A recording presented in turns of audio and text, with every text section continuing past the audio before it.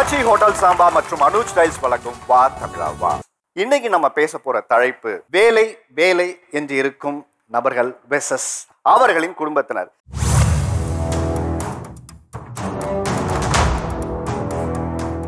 Over டைமா நான் வேலை செய்யறேன் அப்படின்னு சொல்லி என்னவெல்லாம் அதிகாரம் செய்கிறார். 4 மணி நேரம் தான் தூங்குறேன்னு சொல்றாங்க. நானும் நைட் ஷிஃப்ட் முடிச்சுட்டு காலையில ஏதாவது சாப்பிட்டுட்டு படுக்கணும்னு யோசிப்பேன். ஆனா அவங்க பிரேக்ஃபாஸ்ட் பண்றதே 3 மணிக்கு தான் ஆகும். அப்ப நான் எப்போ சாப்பிட்டுட்டு எப்போ நைட் ஷிஃப்ட்டை திரும்ப ஆரம்பிக்கிறது? இப்படி இல்ல, சம்பாரிச்சாதானே இவங்களை இது பண்ண முடியும், வளர்க்க முடியும்.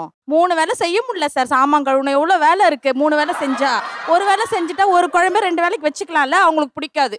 காலைல டிஃபனு, மத்தியானம் சாப்பாடு, நைட்டு சாப்பாடுனா நான் என்ன மனுஷியா மாடா? இப்போ ஏதோ ஒரு 2 வேலை செய்யறேன், அதுவே பெரிய விஷயம்னு நான் நினைக்கிறேன். இவங்க வந்து அவங்களுக்கு 11:30 கிளாஸ் வந்துருவாங்க. கிளாஸை பார்த்துக்கிட்டே சாப்பாடை விட்டுருவாங்க. ஒரு சில டைம் சாப்பாடு கீழே கரிஞ்சிரும், குழம்பு கரிஞ்சிரும், இல்ல பொங்கி வந்து அந்த சாப்பாடு நொய்யுன்னு ஆயிடும். ஏதாவது ஒண்ணு மிஸ்டேக். சாம்பார் பிடிக்காது, காரக்குழம்பு பிடிக்காது. அப்புறம் நான் என்ன குழம்பு வைக்கிறது நீங்களே சொல்லுங்க. அந்த அம்மாக்கு எப்போ பார்த்தாலும் ஸ்பைசியா செய்யணும். எனக்கு அது பிடிக்கல. நான் என்ன பண்ண முடியும்?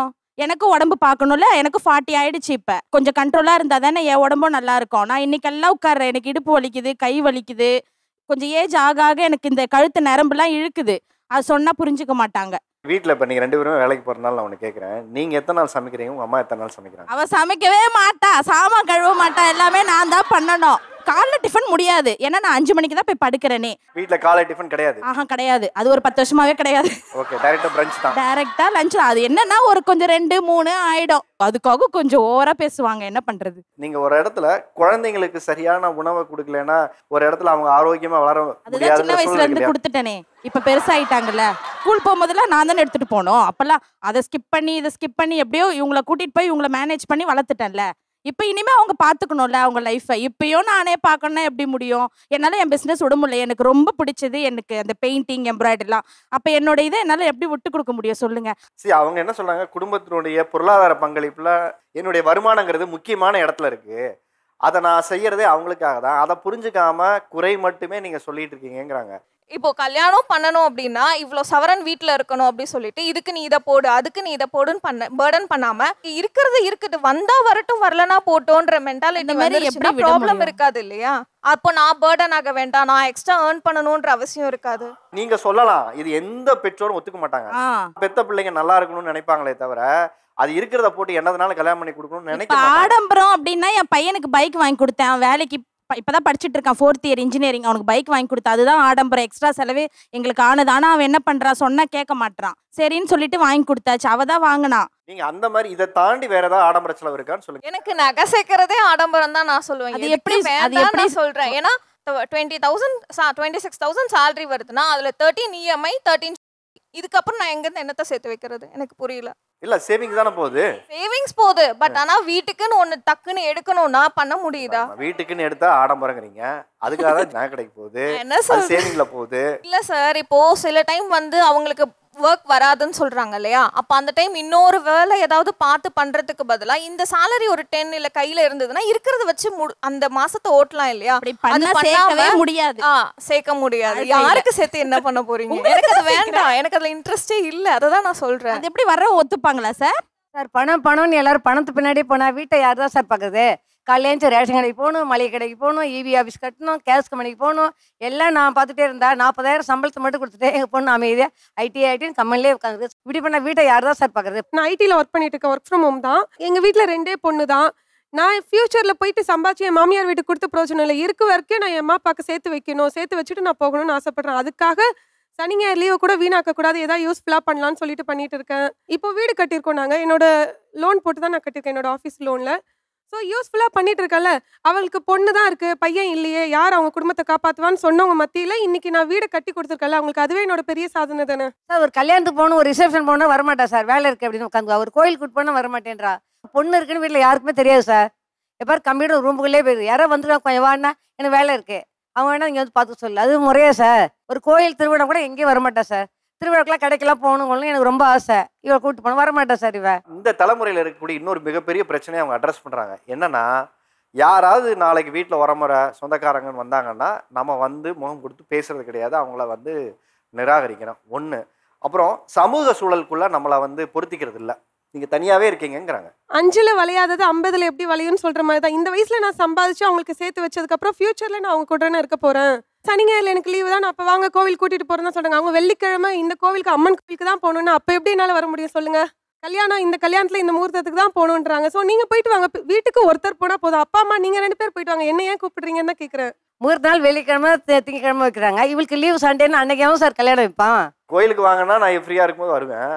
ஆனால் இந்த கோயிலுக்கு இந்த நாளுக்கு வாங்க அப்படிங்கும்போது தான் பிரச்சனையாக இருக்குது. எலுமிச்சம்பழம் விளக்கு போடணும்னா வெள்ளிக்கிழமை தான் போகணும், நீ வெள்ளிக்கிழமை வர மாட்டேன்னு சொல்லுவேன். என் பொண்ணு சொன்னால அவ பேச முடியல என்கிட்ட அப்படின்ட்டு.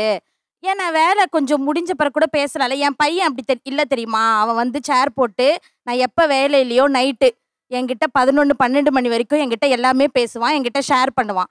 ஆனால் அவள் எப்படி தெரியுமா வந்து நின்றுப்பா, இப்படி நின்றுட்டு நான் கேட்பேன். ஃபோன் வைனா எப்படி வைக்க முடியும்? நான் ஒரு கஸ்டமர் கிட்ட பேசிட்டு இருக்கும்போது கொஞ்சம் வெயிட் பண்ணி தான் என்கிட்ட பேசேன். அவங்க கிட்ட சொல்ல முடியாது, உங்ககிட்ட சொல்லலாம்ல. அதை வச்சு தானே நம்ம ஃபேமிலி ரன் பண்ணிக்கிட்டு இருக்கோன்னு உங்களுக்கு தெரியணும்ல. நாங்களும் எவ்வளோதான் சார் வெயிட் பண்ணுறது, வெயிட் பண்ணி டயர்ட் ஆகிட்டோம் சார். நாங்கள் காலையிலேருந்து நைட்டு வரைக்கும் ஒரு விஷயம் சொல்கிறதுக்காக வெயிட் பண்ணுறோம் சார். வீட்டுக்கு வரதே 10:30 மணிக்கு. போய் சாப்பிட்டு கை கழுவுன அடுத்த செகண்டே திரும்ப லேப்டாப் எடுத்து மடியில் வச்சுக்குவார் சார். அந்த லேப்டாப் அவருக்கு கொடுத்தப்ப அவ்வளோ சந்தோஷப்பட்டேன். என் வீட்டுக்காரர் ஒரு பெரிய பொசிஷனுக்கு போயிட்டாரு, கையில் லேப்டாப் வந்துருச்சு அப்படின்னு. இப்போ அதை பார்த்தாவே எரிச்சலாக இருக்குது சார். இந்த ஒர்க் ஃப்ரம் ஹோம்னு ஒரு ஆப்ஷனை கொடுத்தாங்க சார், அதோட சோழி முடிஞ்சிச்சு சார். அது கொரோனாவே நம்மளை கொண்டுட்டு போயிருக்கலாம் சார். 10 மணி நேரம் வேலை பார்க்கலாம், 12 மணி நேரம் வேலை பார்க்கலாம், நாங்கள் விட்டு கொடுக்கலாம் சார். 21 மணி நேரம் யாராச்சும் வேலை பார்ப்பாங்களா சார்? சரி மந்த் எண்டுனா அப்படின்னு ஓகே சொல்லலாம் சார். மாசத்துல 25 நாளும் 21 மணி நேரம் சார். நான் வீட்டு வேலை எல்லாமே நானே பார்த்துக்கிறேன் சார். அவருக்கு எந்த டென்ஷனும் கொடுக்கறது இல்லை. குழந்தைங்கள பார்க்கறது, வீட்டை பார்க்கறது எல்லாமே. ஒரு நாளைக்கு 5 நிமிஷம் எங்கள் கூட பேசுகிற கான்வர்சேஷன் என்ன இருக்குன்னா, எத்தனை தோசை ஊற்றணுங்க, இவ்வளோதான் சார் இருக்கும். போகும்போது ஃபோன் எடுத்துக்கிட்டிங்களா, பாய்ங்க, இவ்வளோதான் இருக்கும் கான்வர்சேஷனு. ஏதாச்சும் பசங்களை பற்றி சொல்லலாம், எதுனாலும் அந்த அந்த அம்பு அப்படி எங்கள் மேலேயே பாயும். ஹாய் பாய் எத்தனை தோசை அப்படிங்கிறத வந்து வெறும் வார்த்தையாக இருக்கலாம், ஆனால் அவங்க பேசுகிற நிறைய வழிகள் இருக்குங்கிறத என்னால் உணர முடியுது. சரி, இது எங்களோட தப்பு மட்டும் கிடையாது சரிங்களா. ஏன்னா சொசைட்டி அந்த மாதிரி மாறுறப்போ அதுக்கு தகுந்த மாதிரி நாங்களும் மாறுறோம். 1. 2வது, நாங்கள் வளர்ந்து வந்த காலத்தில் நாங்கள் பார்த்து வளர்ந்தது எப்படியோ அப்படிதான் நாங்கள் எதிர்பார்க்குறோம். இப்போ எதிர்பார்ப்புகள் ஜாஸ்தியானதுனால நாங்கள் செய்கிறது வந்து தப்பாக தெரியுது, அவ்வளோதான். அப்போ இருக்கிற அப்பா அம்மாக்கு அட்லீஸ்ட் ஒரு கையை கோலில் போட்டுக்குவாங்க. ஓகே, நம்ம வீட்டுக்கார நம்ம கூட இருக்காரு, நம்மளுக்கு சப்போர்ட் பண்ணலனாலும் நம்ம பக்கத்தில் ஒருத்தர் இருக்காருன்ற ஒரு நினைப்பாச்சும் இருக்கும் சார். எந்த நினைப்புமே இல்லாமல், எந்த சப்போர்ட்டுமே இல்லாமல் ஒருத்தையால் எப்படி சார் ரன் பண்ண முடியும் ஃபேமிலியை? எப்போ கொரோனா வந்துச்சோ தனி ரூம் சார். எப்போ வந்து படுக்கிறாருன்னே தெரியல சார். நானே வந்து பார்ப்பேன் லைட் ஆஃப் ஆயிருக்கா, தூங்கிட்டாரான்ட்டு. கேட்டால் பிள்ளைங்கெல்லாம் டிஸ்டர்ப் பண்ணுது, ஒரே ரூமில் படுத்தா என்னால் தூங்க முடியல, அல்லாமல் ஆஃபீஸ் ஒர்க் நிறையா இருக்குது, நைட்டு 3 மணி வரைக்கும் கால் இருக்குது அப்படின்னு சொல்லி 6 வருஷமாக தனி ரூம் சார். வீடே ஆஃபீஸாக மாறதுனால ஆஃபீஸ் டைமில் போய் இன்டரப்ட் பண்ணுற மாதிரி இருக்குங்கிறாங்க வீடு. அவங்க சொல்கிற மாதிரி நாங்களும் பேசுறதெல்லாம் இல்லாமலாம் இல்லை. வேறு ஆப்ஷன் இல்லாதனால நாங்களும் இதெல்லாம் சாக்ரிஃபைஸ் பண்ணி தான் நாங்களும் போகிறோம். எனக்கும் 1000 ப்ரெஷர் இருக்குது. அவருக்கு இருக்கிற ஒர்க் ப்ரெஷர் மாதிரி எனக்கும் பிள்ளைங்களை பார்க்குறேன், நானும் டியூஷன் எடுக்கிறேன், எனக்கும் நிறைய ப்ரெஷர் இருக்குது. அதெல்லாம் வந்து நான் ஒரு அட்லீஸ்ட் வந்து அதை அவர் தோளில் சுமக்க வேண்டாம், நான் பேசுகிறத லிசன் பண்ணுறதுக்காச்சும் அவர் வேணும். நான் வீட்டில் ஒரு வாரத்தில் 1 நாள் கேட்குறேன் சார், 1 நாள் கூட கிடையாது. 5 நிமிஷம் அது இறங்கி வந்து நானே குறைஞ்சி போய் 5 நிமிஷத்துக்கு ஆகிட்டேன் சார். 5 நிமிஷமும் இல்லை. நான் இன்னைக்கு ரொம்ப சந்தோஷமாக இருந்தேன் சார், உங்களுக்கு தேங்க்ஸ் சொல்லணும். ரொம்ப நேரம் கழிச்சு என் வீட்டுக்காரர் 1 மணி நேரத்துக்கு மேலே நேராக பார்க்குறேன் சார். அவ்வளோ ரசித்தேன் சார் அவரை. எதை நோக்கி வாழ்ந்துட்டு இருக்கோன்னே தெரியாமல் போயிடுச்சு சார். பணம் காசு இருக்கட்டும் சார், அதை விட முக்கியம் லவ் சார். நானும் அவரு லவ் யூ சொல்லியோ இல்லை அன்பை பரிமாறியோ பல வருஷம் ஆச்சு சார். இந்த கொரோனாக்கு பிஃபோர் பார்த்தீங்கன்னா டெய்லியும் லவ் யூன்னு சொல்லாமல் தூங்க மாட்டோம் சார். அரேஞ்ச் மேரேஜ் தான், ஆனால் பார்க்குறவங்க எல்லாருமே லவ் மேரேஜான்னு கேட்பாங்க. இப்போ பார்க்குறவங்க எல்லாருமே எங்கள் சண்டையை தீர்க்கறதுக்கு தான் இருக்குது. ஐயோ இவங்களெல்லாம் கூப்பிட்டுட்டா நமக்கு தான் இம்சை அப்படின்னு தோன்ற அளவுக்கு நாங்கள் வாழ ஆரம்பிச்சிட்டோம் சார். என் வாயிலிருந்து டிவோர்ஸ்ன்ற வார்த்தை வருது. அவர் இப்போ என் புருஷனாவே இல்லை சார். முழுக்க அதான் சொல்லுவாங்களே சார், முழுசா சந்திரமுகி ஆகிய மனைவி கங்காவை பாருன்ற மாதிரி முழுசாவே ஒர்க்கஹாலிக்கான என் கணவன் ஸ்ரீதரை பாருன்னு தான் சார் சொல்லணும். 1000 கமிட்மெண்ட் இருக்கட்டும் சார், அதை விட ஃபேமிலின்ற ஒரு பெரிய கமிட்மெண்ட் தாலி கட்டியிருக்காங்க சார். அது என்ன கமிட்மெண்ட்ல கட்டினாங்க சார்? அப்புறம் ஒத்துக்கிறோம், இல்லைன்னு சொல்லலை, ஒர்க்கஹாலிக்காக மாறிட்டோன்றது இருக்கு. பட் ஆனால் சூழல் எங்களை மாற்றினதுனால நாங்கள் அது கூட ஓடல சார். வா தமிழவா உங்களுக்கு ஒரு 5 நிமிஷம் இங்கே தருது சார். உங்கள் ஒய்ஃப் கேட்ட 5 நிமிஷத்தை இந்த மேடல் நான் தரேன், நீங்கள் என்ன சொல்லணும்னு நினைக்கிறேன்? அவங்க தான் சார் கேட்டிருக்காங்க, அவங்களே சொல்லுங்கள் சார். நான் அதுக்கு என்னவோ அதை நான் செய்கிறேன் சார். அவங்க எதிர்பார்ப்பு என்ன தேவைகள் அப்படிங்கிறத உங்களுக்கு சொல்லிட்டாங்க. இதுக்கப்புறம் நீங்கள் தான் இறங்கி வந்து ஒரு இடத்துல பதில் சொல்லணும் சார். நான் எல்லாரையும் கேட்டு பார்த்துட்டேன் சார், எங்கேயுமே எனக்கு பதிலே கிடைக்கல சார். இனிமேல் அந்த மாதிரி ஒதுக்கிறதுக்காக ட்ரை பண்ணுறோம் சார். சார் முயற்சி பண்ணுவார் சார். அதுக்கு நான் என்ன பண்ணணும்னா வாட்ஸ்அப்பில் ஒரு 50 பக்கத்தில் மெசேஜ் போடணும் சார். மெசேஜ் போட்டோன்னா அன்னைக்கு நைட் வந்து சிரிச்ச முகமாக வருவார் சார். 3 தோசை அப்படின்றத கூட சிரிச்சுட்டு சொல்லுவார் சார். அவ்வளோதான் பேச்சு, அவ்வளோதான் வித்தியாசம் நடக்கும். அந்த 50 பக்கம் மெசேஜ் போட்டா அவர் அதுக்கு ஒரு ஓகே அப்படின்ற ஒரு மெசேஜ் மட்டும் தான். ஏன்னா டைம் இருக்காது மெசேஜ் பண்ண. இல்லை, அவர்கிட்ட நான் ஒரு 5 நிமிஷம் கொடுத்தா அந்த 5 நிமிஷத்தை நீங்கள் எப்படி எடுத்துக்கணும்னு நினைக்கிறீங்க அவர்கிட்ட இருந்து? எங்கள் லவ்வே செத்து போச்சு சார். அந்த லவ்வை கிரியேட் பண்ணாவே போதும் சார். டெய்லியும் லவ் யூ சொல்லாமல் இருக்க மாட்டோம். நாங்கள் சைல்டிஷாக ஏதாச்சும் இப்படிலாம் அடிச்சுட்டு நாங்கள் எங்களோட லவ்வை வேறு விதமாக பரிமாறிக்குவோம். அது வாரத்தில் ஒரு நாள் அப்படிலாம் இருக்கா சார், டெய்லியுமே நடக்கும். அதெல்லாம் எவ்வளவோ மிஸ் பண்ணுறேன் சார். பயங்கர மன உடைச்சல் ஆகி ஸ்ட்ரெஸ் ஆகி எனக்குள்ளேயே நான் ரொம்ப பைத்தியக்காரியாட்டம் சுற்றிட்டு இருக்கேன் சார் கொஞ்ச நாளாக. எல்லாருக்கும் சொல்லுவாங்க நாத்தனார் நல்ல சண்டை வரும், மாமியார் நல்ல சண்டை வரும். மனுஷங்களால சண்டை வந்து அதை ஃபேஸ் பண்ணிக்கலாம் சார். உயிரே இல்லாத ஒரு பொருள்னால ஒருத்தவங்களுக்கு சண்டை வந்துச்சுன்னா அப்புறம் என்ன லைஃப் சார் அது? உயிரே இல்லாத அந்த லேப்டாப்பு, உயிரே இல்லாத ஃபோனு, இதனால ஒருத்தவங்களுக்குள்ள சண்டை வருது சார். இல்லை, அவங்க ரொம்ப அவங்கள ப்ரைஸ் பண்ணுறது என்ன தெரியுங்களா? அப்படி இல்லை நீங்கள், ஆனால் அது இந்த மாற்றத்தை அவங்களால அக்செப்ட் பண்ணிக்க முடியல. என் கணவர் என்னை நல்லா தான் பார்த்துக்கிட்டாரு, நல்லா தான் வச்சுக்கிட்டாரு. ஆனால் இந்த கோவிடுக்கு அப்புறம் ஏற்பட்ட மாற்றத்தை அவங்களால டைஜஸ்ட் பண்ணிக்க முடியும். நாங்களும் அதுலேருந்து வெளியில் வரணும்னு தான் பார்க்குறோம். பட் அந்த வேகத்தில் ஓட ஆரம்பித்தது இப்போ எங்களால் நிப்பாட்ட முடியல. ஸோ அதுக்கான கமிட்மெண்ட்ஸும் அதை பின்னாடி எங்களை துரத்துற வேற வழி இல்லாத காரணத்தினால ஓட தான் செய்கிறோம். எங்களுக்கும் உணர தெரியுது, உணர்றோம் இது நம்ம அந்த உணர்வை நீங்கள் காட்டுங்க சார். நீங்கள் எந்திரிச்சு வாங்கம்மா. நீங்கள் முதல்ல அவங்களுக்கு எந்திரிச்சு வந்து ஒரு ஹக் கொடுங்க. நீங்கள் வாங்க. சரி, ஏற்கனவே எதுவும் பேசிட்டீங்களா சார் அவள்கிட்ட? ஏற்கனவே ஏன்னா ஏதாவது ரொம்ப சண்டை போட்டக்கப்புறம் திடீர்னு பார்த்தீங்கன்னா இனி ஒரு தடவை ஹக்பாவது பண்ணியிருந்தீங்கன்னா நான் பேசாமல் காமாக இருப்பேன்ல அப்படின்னு நிறைய தடவை சொல்லுவா. அதை ஏற்கனவே பேசிட்டீங்களா அப்படின்றதுனால கேட்குறேன். அப்படி ஒன்றும் நடக்கல சார். தங்கச்சி பேசுறது அண்ணனுக்கு கேட்டுருச்சு சார். வாங்க சார். என்னை ஈஸியாக ஏமாத்திடலாம் சார். ஈஸியாக ஏமாற்றி அவர் பிடிச்ச வேலையவே பார்க்கலாம் சார். அந்த ஏமாத்த கூட தெரியல சார். இதை விட ஒரு மனைவி ஒரு ஹஸ்பண்டை என்னை ஏமாத்தவே தெரியும். நல்லா என்னை ஏமாத்திக்கங்க.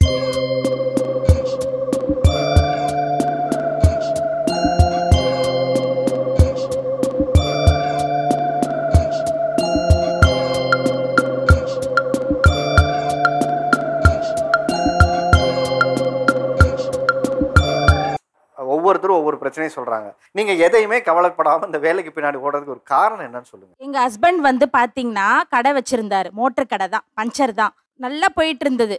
அதுல நல்ல வீடெல்லாம் கூட கட்டணும்னு வச்சுக்கோங்க. ஆனா ஒரு கட்டத்துக்கு மேல அவருக்கு அந்த கடை போயிடுச்சு. அதுக்கப்புறம் அவர் ரொம்ப ட்ரிங்க்ஸ் ஆயிட்டாரு, வேலை இல்லை, ரொம்ப மன சோர்வாயிடுச்சு. அதுக்கப்புறம் தான் நான் இந்த வேலையே எடுத்தேன். என் பையன் 4th ஸ்டாண்டர்ட்லேருந்து நான் ஸ்கூலுக்கு ஃபீஸ் கட்டி நீ காலேஜ் வரைக்கும் பண்ணிட்டு வரேன். அது யாருக்காக பண்ணுறேன்? இவங்களுக்காக தானே கஷ்டப்படுறேன். நைட்டு பகலும் எங்கள் ஹஸ்பண்டுக்கும் சப்போர்ட்டாவாக இருக்கல நான்.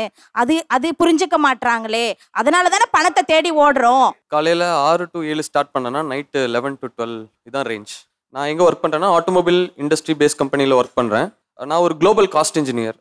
காலையில் வந்து பார்த்தீங்கன்னா மீட்டிங் சைனாக்காரன் கூட இருக்கும், திருப்பி யூரோப் பீப்புள் இருப்பாங்க, அவங்க கூட ஒரு மீட்டிங் இருக்கும்.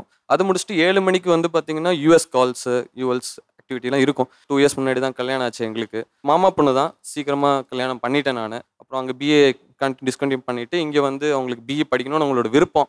ஸோ அதனால் படிக்க வச்சுட்ருக்கேன். ஸோ வீட்டையும் சரி ஆஃபீஸையும் சரி கரெக்டாக மெயின்டைன் பண்ணுறேன். காலையில் 9 மணிக்கு அவங்கள ட்ராப் பண்ணிவிட்டு வீட்டுக்கு போயிட்டு ஈவினிங் வரும்போது கூட்டிகிட்டு வந்துடுவேன். வீடு கட்டினா தான் கல்யாணம் பண்ணுவேன்ட்டானுங்க. அது கல்யாணம் பண்ணி இப்போ கடனில் விட்டானுங்க. இப்போ கார் எடுக்கணும். என் ஒய்ஃப் வந்து அவங்க அப்பா கார்லேயே கூப்பிட்டு போய் பழக்கிட்டாரு. சரி பைக்கில் போனால் இடுப்பு வலிக்குதுங்கிற பீச் போனால் சரி ரைட்டுமான்னு சொல்லி அதுக்கு ஒரு கார் வாங்கினேன். அந்த காருக்கு இஎம்ஐ போயிட்டுருக்கு. ஸோ ஒரு தேவைகளும் அப்படியே இன்க்ரீஸ் ஆகிட்டே இருக்குது சார். சின்ன டிவியில் பார்க்க முடியாது, 40 இன்ச்சில் கொஞ்சம் தேட்டர் மாதிரி பெருசாக ஒரு 90 இன்ச்சில் 70 இன்ச்சில் டிவி வேணும்னு கேட்டாங்க. சரி அதையும் வாங்குவோம். சரி டிவி வாங்கினா பத்தாது, நமக்கு தேவை ஹோம் தேட்டரு. டிவி பெருசாக இருக்குது, ஹோம் தேட்டர் வேணும். சரி அதையும் வாங்குவோம். எல்லாமே இஎம்ஐயில் ஓடுது, தேவை ஓகே. ஆல்ரெடி இப்போ ஒரு பையன், பட் இன்னும் பிளான் இருக்கு. அதான் சார் ஃபினான்ஷியல் தேவை, குட் எஜுகேஷன் எல்லாம் தேவையை நோக்கி தான் ஓடிட்டு இருக்கோம். ஸோ வீட்டோட தேவையும் பூர்த்தி பண்ணிட்டு இருக்கேன். 7,000 8,000 கூட மொபைல் வாங்கலாம். பட் ஆனால் அவங்க என்ன பண்ணுறாங்க அப்படின்னா நம்மளோட 20,000 நம்ம சம்பாதிக்கும் போது ஒரு 15,000 கூட வாங்குறாங்க இப்போ இருக்கிறாங்க. ஸோ அதனால வந்து அதுக்கு பின்னாடியே ஓடுறாங்க. அது பேர் வந்து எனக்கு தெரிஞ்ச ஆடம்பரமாக தான் தெரியுது. எங்கள் அண்ணலாமே அப்படிதான். இப்போ ஒரு 40+ வாங்குறாருன்னு ஐ திங்க், எனக்கு தெரியல, சொல்லலாம் மாட்டாரு. 40+ வாங்குறாரு அப்படின்னா நான் வந்து பொருளாதாரத்துக்காக தான் நான் போகிறேன் அப்படின்னு சொல்லி அவன் சொல்லுவான். பட் ஆனால் நான் என்ன சொல்கிறேன் அப்படின்னா அவன் இஎம்ஐ கட்டுறதுக்காகவும் தான் அவன் மெயினாக வந்துட்டு ஒர்க் பண்ணுறான், சம்பாதிக்கிறானே நான் சொல்லுவேனே. ஆக்சுவலி நான் இந்த சம்பளம் சம்பாதிக்கலன்னா வீட்டில் ஃப்ரிட்ஜ் வந்திருக்காது, டிவி அவ்வளோ பெரிய டிவி வாங்கியிருக்க மாட்டேன். என்னோட கரியரை வந்து நான் வந்து 12th படிக்கும்போது ஸ்டார்ட் பண்ணிட்டேன். எனக்கு காலேஜ் படிக்கும்போது 3rd இயர் படிக்கும்போதே மேரேஜ் ஆயிடுச்சு. 2 ஃபேமிலியாக நான் பார்க்குற ஒரு நிலைமைக்கு வந்துட்டேன்.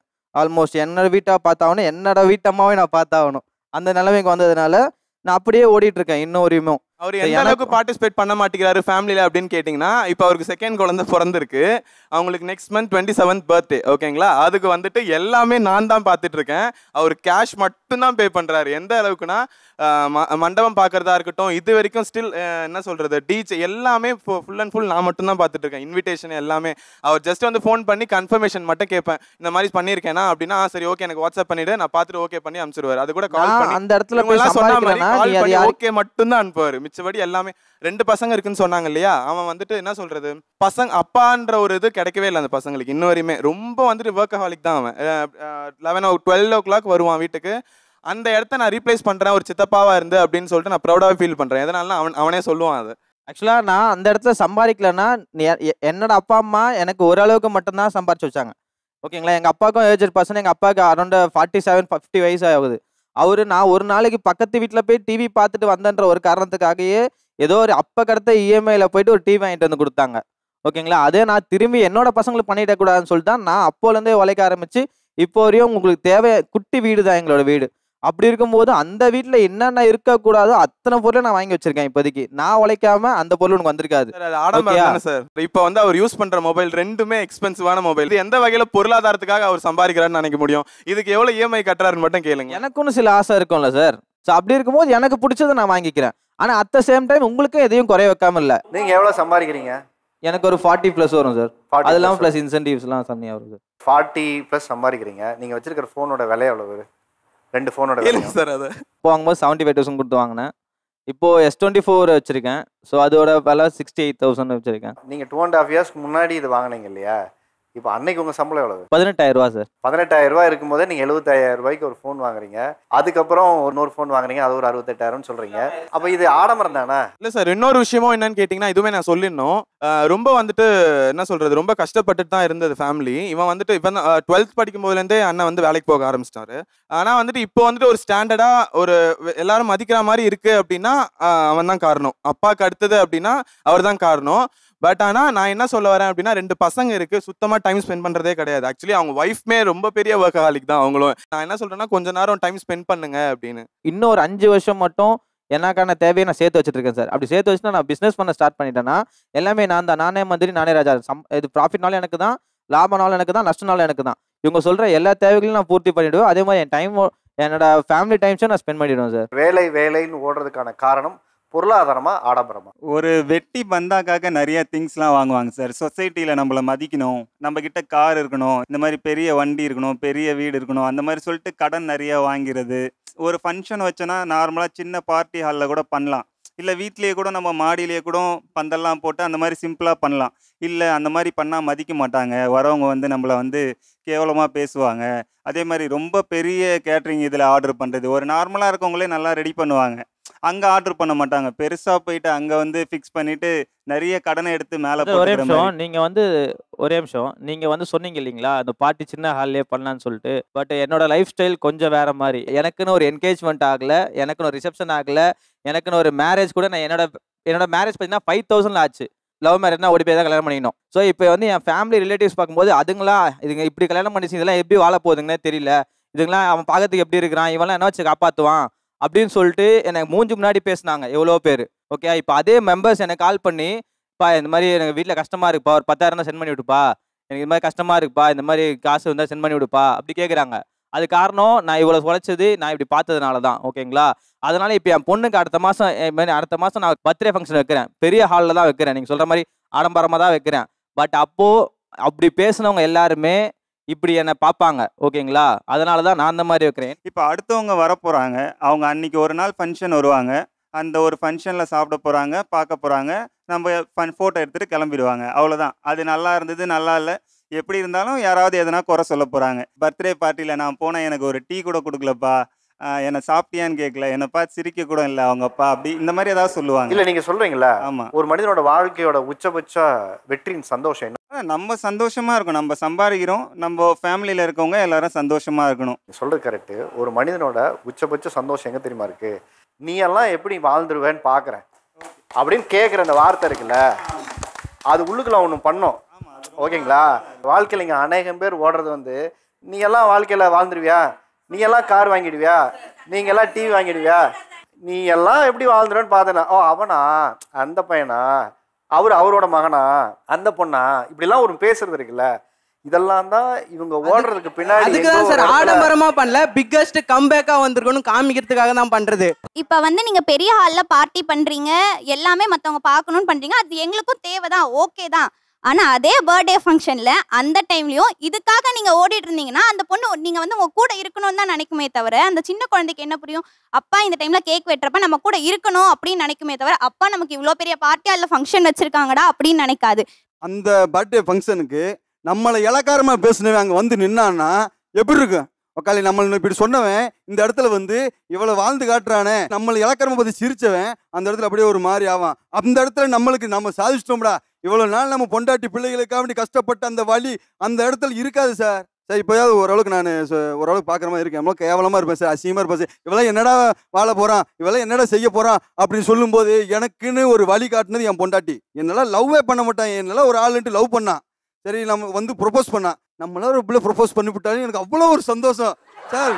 2013 ஹாஸ்டல் எல்லாம் மேலே கட்டில் உட்காந்துக்கிட்டு சிரிச்சுக்கிட்டு லவ் பண்ணிக்கிட்டு லவ் ஐ லவ் யூ சொல்லிக்கிட்டு இருக்காங்க. நான் கீழே உட்காந்து எனக்கெல்லாம் யாரா வருவான்னு சொல்லும்போது 2014 எனக்கு தெரியாது இந்த பிள்ளை லவ் பண்ணுறது. ஊரில் என்ன உன்னை ஒரு பிள்ளை ஊரில் விசாரிச்சுக்கிட்டு இருக்கா, இல்லை உன்னை கட்டிக்கணும்னு சொல்லிக்கிட்டு இருக்கு. யாரா அந்த பிள்ளை விசாரிச்சா, இந்த பிள்ளை லவ் பண்ணுறது எனக்கே தெரியாது, இந்த பிள்ளை நல்லா தானே இருக்குது அப்படின்னு சொல்லிட்டு. இருந்தாலும் இந்த பிள்ளை கொஞ்சம் ஐயோ வாயா பேசுது, என்ன நம்மளை என்ன போட்டுக்கிட்டு தள்ளிட போகுதுன்னு பார்க்கும்போது ஆனால் மனசு இருந்துச்சு, நான் பிடிச்சவனுக்கான என்ன வேணா பண்ணு. இப்படிப்பட்ட பிள்ளை நம்மளை பண்ணுதுன்னா அந்த பிள்ளைக்கு நம்ம என்ன பண்ணணும் போது எனக்கு ஒரு வெறி வந்துச்சு சார். எங்கள் மாமனார் வந்து கொஞ்சம் டீசெண்டாக இருப்பாப்புல, என்ன பண்ண அவருக்கு தேவை ஒரு கவர்மெண்ட் மாப்பிள்ள, இல்லைன்னா பர்மனன்ட் ஜாப் மாப்பிள்ள வேணும்னு கேட்டாப்புல. எனக்கு வந்து நான் வந்து படித்து முடித்தேன் சார். படித்து முடிச்சுட்டு ஒரு இந்த கம்பெனியில் வேலை பார்த்தா பர்மனன்ட்னு சொன்னாங்க. பர்மனன்ட் ஜாப் வாங்கணும், பர்மனன்ட் ஜாப் வாங்கி அந்த அம்மாவை கட்டணும்னு வெறி சார். அவங்க அப்பனாத்தா கூட ஃபோன் போட்டு நான் பர்மனன்ட் ஆகிட்டுன்னு சொல்லலை சார். மாமனார் ஃபோன் போட்டு மாமாவும் பொண்ணை கூடு, மாமா கூடு அப்படி கேட்டப்ப எனக்கு வந்த சந்தோஷம் வேற மாதிரி இருந்துச்சு சார். நாங்கள் வந்து கிராமிய கலைஞர் சார், உரிமை அடிப்போம். இவெல்லாம் உரிமை தாண்ட அடிக்க லாய்க்கு, இவெல்லாம் வேலையே செய்ய மாட்டான்னு சொன்னவங்க எல்லாம் இப்போ வந்து என் கம்பெனியில் நான் 40,000 50,000 சம்பளம் வாங்கும்போது மேலே எங்கேயும் பார்க்கும்போது எனக்கு ஒரு சந்தோஷம் வருது. அந்த சந்தோஷம் என் பொண்டாட்டி பிள்ளைங்க டிப்டாப்பாக ட்ரெஸ் போட்டு இப்படி வரும்போது, இந்த மாதிரி வரும்போது, இதுவே இந்த ஷோக்கு போனதே பல பேர் பார்த்து ஷோக்கெல்லாம் போயிட்டானாடா எப்பா சாமி அது இன்னொருத்தன் சொல்லி, அதுவும் ஷோக்கு போனது கூட எப்படி சொல்லுவாங்க தெரியுமா, இந்த ஷோக்கு போனியாக்க என்ன அங்கே அடிச்சு மல்லு கட்டிக்கிட்டு இருக்கேன் அந்த ஷோக்கு போனேன், ஆனால் பேசுனது நல்லா பேசுறீங்கன்னு சொல்லுவாங்க. அவன் என்னத்தை பேசுனேன் அப்போ அடிச்சு மல்லு கட்டுறேன், வீட்டுக்குள்ள ஒரு மாதிரி இருப்பேன், இங்கே ஒரு மாதிரி பேசுவாங்க அப்படின்னு சொல்லுவாங்க பாருங்களா. பேசுகிறவன் 1000 பேச தான் செய்வான், அவனை முன்னாடி நம்ம எப்படி கெத்தா வாழ்ந்து காட்டணும் அப்படின்னு தான் என்னோட வெறி. இவங்க சொல்கிறாங்கல்ல, நான் வந்து நீங்கள் இதையே பார்க்குறீங்க, எங்களுக்கு கண்டுக்க மாட்டேங்கிறீங்க, எங்களுக்கு அடிபட்டாலும் கண்டுக்க மாட்டேங்கிறீங்க, மிதிப்பட்டாலும் கண்டுக்க மாட்டேங்கிறீங்க. ஏம்மா உனக்கு ஒரு 5 வயசு பிள்ளை 6 வயசு பிள்ளைன்னா ஐயா வலிக்குதுன்னு சொல்லாத அளவுக்கு இல்லைன்னா நீ பார்க்க, உனக்குள்ள உள்ள ஒரு வலி இருக்குது, உனக்குள்ள ஒரு வெளியே ஒரு வலி இருக்குது, கைகால் வலிக்குதுன்னா உனக்கு தெரியாதா? நான் மேலேருந்து வேலையை பார்த்தா மீத வேலையை அம்மா உடம்பு முடியல காசு போட்டால் போயிட்டு வா, முடியலைன்னா நமக்கு சொந்த பந்தம் இருக்குது, சொந்த பந்தம் கூட்டு போயிட்டு வா, நான் இதை பார்த்து நீ அதை பாருன்னு கொஞ்சம் சாக்ரிஃபைஸ் பண்ணணும் சார். அதாவது கொத்தனாரே வீடு கட்டி, கொத்தனாரே பெயிண்ட் அடிச்சு, கொத்தனாரே எல்லா வேலையும் பார்த்து, கொத்தனாரே அம்பிட்டு வேலையும் பார்த்தா என்ன பண்ண, அது எதுக்குன்னு ஒரு ஆள் இருக்கு. வீடும் மனுஷங்களும் ஒன்றா குடிசை வீட்டில் இருக்க முடியும். நம்மளை இலக்காரமாக பேசி போட்டாங்க. நம்ம அதே குடிசை வீட்டில் கடைசி வரைக்கும் இருந்தா அவன் முன்னாடி நம்ம வந்து வாழ்ந்து கட்டினால அந்த ஒரு வெறி. குடிசை வீட்டுலேருந்து சொந்த வீடு வாங்க, இடம் வாங்கினேன் 18 லட்சத்துக்கு, செத்து போயிட்டாங்க அம்பிட்டு வேறு. வண்டி வாங்கின 1 லட்சத்துக்கு செத்து போயிட்டாங்க அம்பிட்டு வேறு. என் பிள்ளைக்கு நகை சேர்த்து போயிட்டாங்க அம்பிட்டு வேறு. என்னடா இவன் அம்பிட்டு வேலையும் பண்ணிக்கிட்டே இருக்கானு சொல்லிட்டு காண்டில் இருந்திருக்காங்க சார். இவன்லாம் எப்படா வாழ்ந்து காட்டிவன் காண்டில் இருக்கும்போது எனக்கு அந்த காண்டு தான் எனக்கு வந்து சந்தோஷம். அந்த காண்டு அவனுக்கு வகுத்தெரிச்சல், அந்த வகுத்தெரிச்சல் தான் எனக்கு வந்து சந்தோஷம். இப்போ அவர் சொன்னாரு, நான் ஒய்ஃபை வந்து ஹாப்பியா வச்சுக்கிட்டேன், அப்புறம் வந்து இடம் வாங்கி கொடுத்துட்டேன், வீடு வாங்கி கொடுத்துட்டேன், எல்லாமே நான் வாங்கி கொடுத்துட்டேன் அப்படின்னு சொல்லிட்டாரு சார். அது எதுவுமே எனக்கு வேணாம். அவர் ஸ்பெண்ட் பண்ணுவார்ல அந்த ஒரு 5 minutes அது போதும் சார் எனக்கு. அது அவர் கொடுக்கவே இல்லை. 5 years லவ் பண்ணோம் சார். 5 years லவ் பண்ணதில் அவங்க என்னை எத்தனை டைம் பார்க்க வந்திருக்காங்கன்னா, நான் இவங்க சென்னையில் இருந்தாங்க, நான் தேனியில் இருந்தேன் சார். ஒரு பொண்ணுன்னு இருந்தால் எத்தனை பேர் வந்து மாப்பிள்ளை கேட்டு வருவாங்க, பொண்ணு கேட்டு வருவாங்க, எல்லாமே இருந்துச்சு. எல்லாத்தையும் தாண்டி இவங்க பெர்மனன்ட் ஜாப் வாங்கணுன்றதுக்காக நான் விரதம் இருப்பேன் சார். விரதம் இருந்ததுக்கப்புறம் தான் உங்களுக்கு அந்த பெர்மனன்ட் ஜாப் கிடைச்சிது. அதை சொல்கிறதுக்காக என்கிட்ட வந்திருந்தாங்க. நான் 8:30க்கு காலேஜ் பஸ் ஸ்டாப் வருவேன் அப்படின்னா 5 o'clockலேருந்து வெயிட் பண்ணிட்டு இருந்தாங்க சார். இவங்க வந்தோடனே நான் வந்து 5 yearsல நான் அப்போ தான் உங்களை பார்க்குறேன். வந்தோடனே ஹக் பண்ணிவிட்டு, ஐயோ என்னாச்சு, எப்போ வந்தீங்க, எப்படி இருக்கீங்க, என்ன திடீர்னு வந்திருக்கீங்க அப்படின்னு சொல்லும்போது கூட அவங்க நான் உனக்காக வந்தேன் அப்படின்னு சொல்லியிருந்தாங்கன்னா சத்தியமாக எனக்கு அன்றைக்கி ஹாப்பியாக இருந்திருக்கும். அவங்க சொன்ன ஒரே வார்த்தை என்னென்னா, எனக்கு பெர்மனன்ட் ஜாப் கிடச்சிருச்சு, நான் உன்னை இப்போ அதான் சொல்லிட்டு போகலான்னு வந்தேன். அது சொல்லிட்டு நீங்கள் போங்க, ஒன்றும் பிரச்சனை. அது எப்படி சொல்லியிருக்கலாம் சார்? ஒரு அன்பா, இல்லைம்மா நான் உன்னை பார்க்க தான் வந்தேன், பெர்மனன்ட் ஜாப் கூட கிடச்சிருச்சு, நின்று நமக்கு கல்யாணம் ஆகிடும்ல, உங்கள் அப்பா பொண்ணு கொடுக்குறேன்னு சொல்லிட்டாருல, அப்படி அப்படி அவங்க சொன்ன மாதிரி ஏமாற்றி கூட சொல்லியிருக்கலாம். அந்த ஏமாத்துறது கூட அவங்க சொல்லலை, அந்த மாதிரி கூட சொல்லலை. எனக்கு வந்து 23 வயசு, அந்த அம்மாவுக்கு 21 வயசு. இளமை பருவம், பார்க்கணும் வரணும், அங்கே போகணும் இங்கே போகணும் யோசிக்க தான் செய்யும். அந்த இடத்துல 50 பேர் அசிங்கப்பட்ட இடத்துல நம்ம ஒரு நிலைக்கு வந்து அந்த பிள்ளை எங்கேயும் கூப்பிட்டு போவான். இப்போ இந்த பிள்ளை கையை இழுத்து போட்டு இப்படி வந்தாலும் எவன் கேட்பான்? அந்த பிள்ளைய வண்டியை கூப்பிட்டு பண்ணி எவன் கேட்பான் சார்? இப்போ எவனும் எதுவும் கேட்க முடியுமா? அந்த இடத்துல அந்த ஆர்வத்தில் நான் வந்து என் வீட்டுக்காரம்மா ஒரு நிமிஷம் இரு. இந்த மாதிரி அந்த இடத்துல அந்த அம்மாவை வந்து கூப்பிட்டு அங்கிட்டு சுத்திருந்தா என் எண்ணம் புள்ளா இந்த பிள்ளைய பார்க்கணும்னு தோணுமா, இந்த பிள்ளைய போய் பார்த்துட்டே வரலான்னு தோணுமா, இல்லை வேலை பார்க்க தோணுமா? நீங்களே சொல்லுங்க. 18 லட்ச ரூபாய்க்கு இடத்த வாங்கி கொடுத்துட்டீங்க, வீடு வாங்கி கொடுத்துட்டீங்க, பைக் வாங்கி கொடுத்துட்டீங்க, பிள்ளைக்கு நகை சேர்த்துறீங்க, எல்லாம் சேர்த்துட்டீங்க. ஆனால் அவங்க சந்தோஷமா இருக்காங்க கேளுங்க. நீ சந்தோஷமா இருக்கேம்மா? சரிங்க, இவ்வளோ வாங்கி கொடுத்துட்டேன், உங்களுக்கு சந்தோஷம் இல்லையா? உங்களுக்கு வீடு கொடுத்துட்டேன், சந்தோஷம் இல்லையா? கார் கொடுத்துட்டேன், சந்தோஷம் இல்லையா?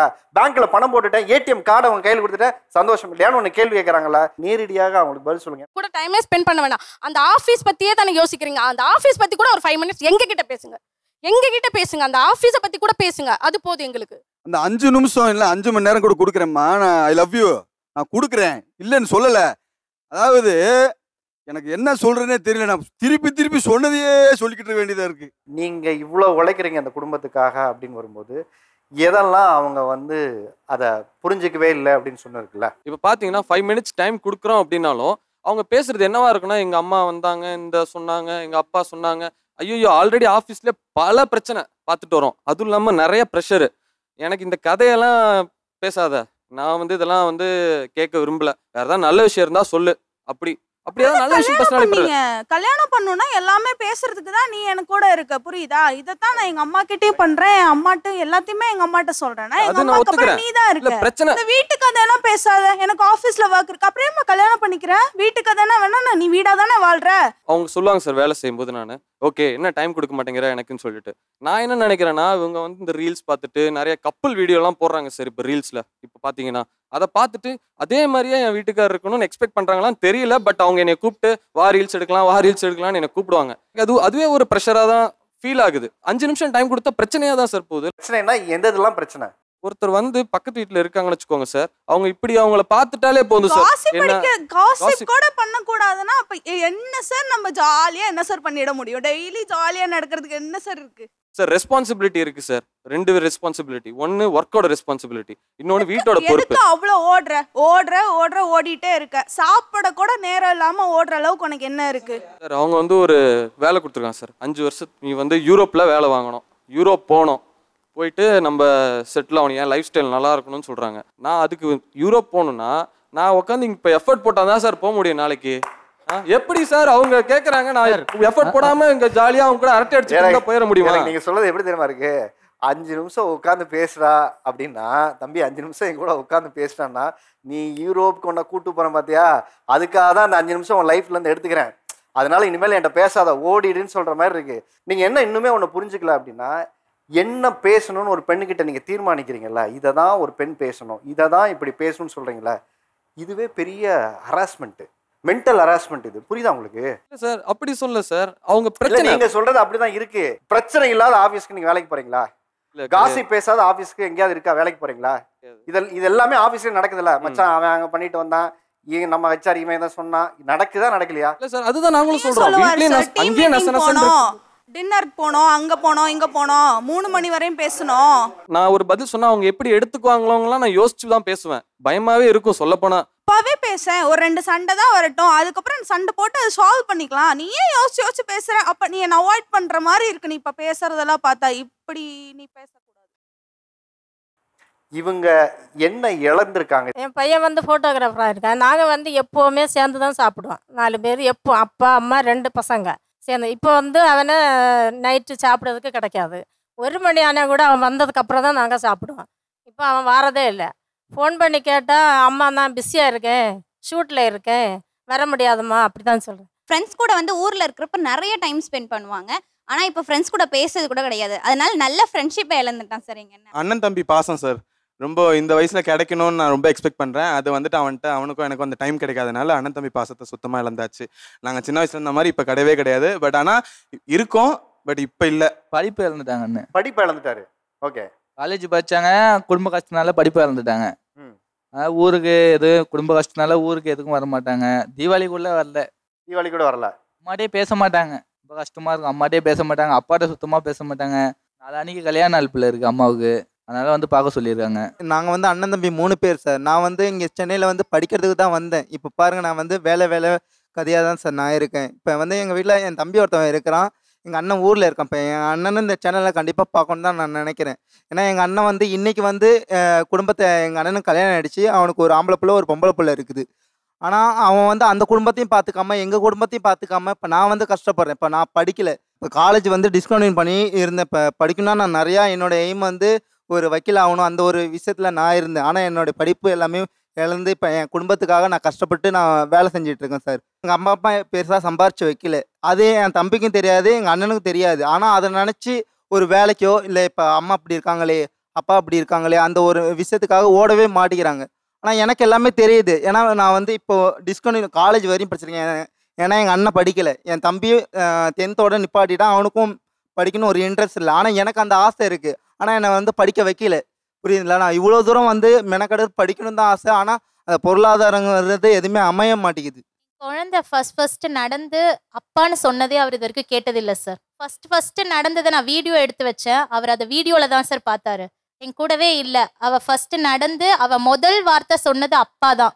அதையுமே அவர் ரெக்கார்டில் தான் கேட்டாரே தவிர டைரெக்டாக பார்க்கவே இல்லை. நான் வந்து வீடியோ எடுத்து அவருக்கு வாட்ஸ்அப்பில் அனுப்பி அதை பார்த்துட்டு அவர் வந்து ஊரில் இருந்தார் அப்போது சம் ரீசன்ஸ்க்காக. அப்போ அதை வந்து 1 month கழிச்சு வந்து அவர் நல்லாவே நடக்க ஆரம்பித்தான். அந்த 1 month கழிச்சு அப்போ தான் அவர் அதை பார்த்தாரு. அதை ரொம்ப மிஸ் பண்ணார். அதை செகண்ட் பேபிக்கிட்டேயும் மிஸ் பண்ணிட்டாரு. செகண்ட் பேபி நடக்கும் போதும் பார்க்கல. அப்பவும் ஜாப்னு ஓடிட்டு இருந்தாரு. நைட்டு வருவார், அவள் தூங்கிட்டு இருப்பா. இதை தான் நிறைய அவர் குழந்தைங்க கூட டைம் ஸ்பெண்ட் பண்ணுறதே நிறைய மிஸ் பண்ணிட்டாரு. இல்லை, நான் என்ன கேட்குறேன், உங்கள் வீட்டில் இருந்து உங்கள் குடும்ப நபர் ஒருவர் நாளைக்கு இது போன்று ஓடி உழைச்சாதானே அவர் மேலே போக முடியும், அவர் உச்சாணி கொம்பில் போய் உட்கார முடியும். இன்றைக்கி இருக்கக்கூடிய போட்டி நிறைந்த இந்த சமூகத்தில் நம்ம வீட்டு பிள்ளைகள் வெற்றி அடையணுங்கிறது தான் நம்ம எல்லாருடைய இலக்கமாக இருக்குது இல்லையா?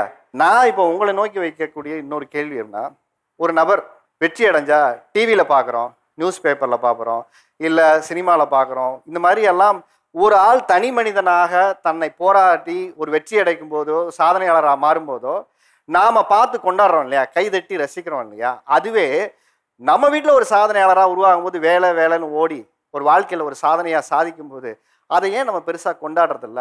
அவங்க முன்னேறினா நம்மளுக்கும் ஹாப்பி தான். எங்கள் அண்ணன் பாடுறா ஸ்டார் ஆகிட்டாரு, என் தம்பி பாடுறா ஸ்டார் ஆகிட்டான், அப்படி தான் சொல்ல போகிறோம். இருந்தாலும் அவங்க வந்து சேஃபாக இருக்கணும், ஃபேமிலியில் இருக்கவங்களும் நல்லா சந்தோஷமாக இருக்கணும். ஓவர் ஃபீவராக இருக்கும், மாத்திரை போட்டு அப்படியே போவாங்க. ஆனால் டாக்டர் சொல்லியிருப்பாரு 2 நாள் ரெஸ்ட் எடுத்துகிட்டு போங்கன்னு சொல்லியிருப்பாங்க. இல்லை நான் லீவில் ரெஸ்ட் எடுத்துக்கிறேன் அப்படின்னுவாங்க. இப்போ என்ன ஆகும், இன்னும் அதிகமாக ஆகும், அது சிவியராக ஆகும். அந்த மாதிரி போவேனா. இன்னொரு விஷயம் என்னன்னா, நான் வந்துட்டு அண்ணன்கிட்ட வந்து டைரெக்டாக நான் சொன்னது கிடையாது, நீ தான் என்னோட இன்ஸ்பிரேஷன் அப்படின்னு சொல்லி. என் ஃப்ரெண்ட்ஸ் சர்க்கிள் எல்லாம் வந்துட்டு உனக்கு இன்ஸ்பிரேஷன் யாராக இருந்தால் பெரிய ஆள்லாம் சொல்ல மாட்டேன், சீரியஸாகவே இன்றைக்கி ஓப்பனாக சொல்கிறேன். என் ஃப்ரெண்ட்ஸ் சர்க்கிள் எல்லாமே அவனை தான் சொல்லியிருக்கேன். எதனாலனா அவன் பார்ட் டைம்லேருந்து இந்த லெவலுக்கு வந்திருக்கான் அப்படின்றத. ஸோ அதனால் நான் வந்துட்டு அவனை ஸ்டாராக தான் சார் காமிச்சிருக்கேன் வெளியெல்லாம். ஆனால் என்னோட பர்சனலாக அண்ணன் தம்பி அப்படின்ற ஒரு பாசம் அப்படின்றதுனால தான் இந்த இடத்துல வந்து உட்காந்துருக்கேன். பட் ஆனால் அவன் வந்து ஸ்டார் தான் சார். வேலை என்று இருக்கும் நபர்கள் வெர்சஸ் அவர்கள் குடும்பத்தினர் நிகழ்ச்சியோட இறுதி கட்டத்துக்கு வந்துட்டோம். வேலைக்கு போயிட்டு குடும்பத்தை கவனிக்காமல் இருக்குன்னு சொல்கிறதா, இல்லை வேலைக்கு போகிறவங்க கஷ்டத்தை குடும்பத்தில் இருக்கவங்க நீங்கள் புரிஞ்சுக்கங்கன்னு சொல்கிறதா அப்படிங்கிற 2 இக்கட்டான இந்த கேள்விக்கு நடுவே நான் சொல்கிற ஒரே விஷயம் என்னென்னா, நீங்கள்லாம் எப்படி வேலைக்கு போகும்போது குடும்பத்தை மறந்துட்டு அங்கே வேலையை மட்டும்தான் அநேக நேரங்கள் செய்கிறதுக்கு நீங்கள் பயன்படுத்திக்கிறீங்க, அதே போன்று வீட்டுக்கு வரும்போது வேலையை வீட்டுக்குள்ளே கொண்டாந்து நீங்கள் செய்யாதீங்க. நீங்கள் வேலையும் வீட்டுக்குள்ளே கொண்டு வந்துட்டீங்கன்னா வீடு எது, வேலை பார்க்கும் அலுவலகம் எது என்று தெரியாத ஒரு நிலைக்கு வீடை மாற்றிட்டிங்கன்னா அந்த home is missing home always is going to be miss for எவர்ங்கிற இடத்துக்கு போய்டும். இன்றைக்கி இருக்கக்கூடிய இந்த காலகட்டத்தில் இந்த வேலைக்கு போகக்கூடிய ஒரு கூட்டம் சந்திக்கக்கூடிய மிகப்பெரிய ஒரு அபாயகரமான பிரச்சனை என்னென்னா, ஸ்ட்ரெஸ்ஸும் மென்டல் ஹெல்த்தும் அதிகமாக இருக்குன்னு சொல்கிறாங்க. இந்த ஸ்ட்ரெஸ்ஸும் மென்டல் ஹெல்த்தும் அதிகமாகி உலக மரணங்கள் நிகழக்கூடிய நிகழ்வுகளில் டாப் 5ல் இருக்கிறது இந்த ஸ்ட்ரெஸ்ஸும் மென்டல் ஹெல்த்தும் தான். ஸோ இதையெல்லாம் நீங்கள் ஒரு இடத்துல கவனத்தில் எடுத்துக்கங்க. அதுக்காக உங்கள் வேகத்தடையை அதை சொல்லலை. அதே நேரத்தில் நீங்கள் வேகமாக ஓடணும்னா விவேகமாக சிந்திச்சு குடும்பத்தையும் லைஃப்பையும் பேலன்ஸ் பண்ணுங்க. நாராயணமூர்த்தி அவர்கள் ஒரு விஷயத்த சொன்னார். 70 மணி நேரத்துக்கு மேலே இந்தியர்கள் வேலை செய்யணும் அப்படின்னு சொன்னதை நீங்கள் எல்லாரும் சரியாக புரிஞ்சுக்கணும். குடும்பத்தை விட்டுட்டு நீங்கள் 70 மணி நேரம் ஓடணுங்கிறதில்ல, குடும்பத்தையும் கவனிங்க. அதே நேரத்தில் சரியான நேரத்தில் நீங்கள் நேரத்தையும் குடும்பத்தோட செலவழிங்க. ஒரு ஆரோக்கியமான குடும்பத்தை இருவரும் சேர்ந்து கட்டமைக்க வேண்டும். மீண்டும் ஒரு நல்ல தலைப்பில் அடுத்த வாரம் உங்களை சந்திக்கும் வரை உங்களிடமிருந்து விடைபெறுவது உங்கள் ஆரி அர்ஜுன்.